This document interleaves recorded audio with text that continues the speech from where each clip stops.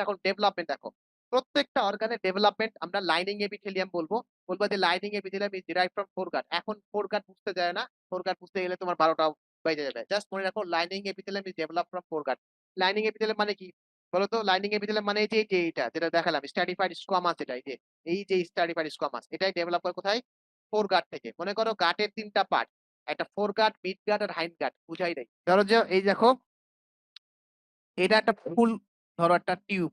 হ্যাঁ? যখন তোমরা প্রিমিটিভ স্টেজে ছিলা। মানে যখন মায়ের পেটে জন্ম মানে যখন তোমার আ হার্টও ডেভেলপ করে নাই, লাংও ডেভেলপ করে নাই, কিচ্ছু ডেভেলপ হয় নাই। যখন তুমি মায়ের পেটে ছিলা, তখন এইরকম টিউবের মতো একটা স্ট্রাকচার ছিল তোমার বডিতে।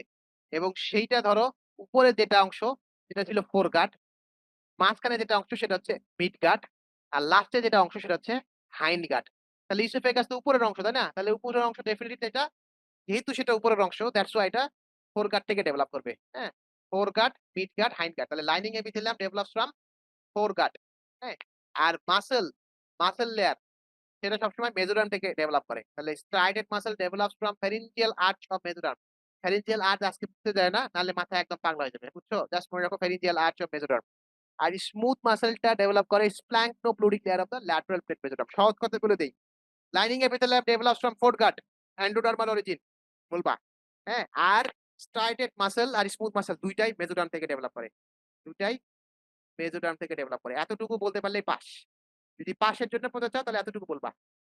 আর তারপরে যদি ভালো কিছু বলতে চাও বা ভালো কিছু মার্কস ক্যারি করতে চাও তখন তো ডেফিনিটলি এগুলা বলতেই হবে স্বাভাবিক।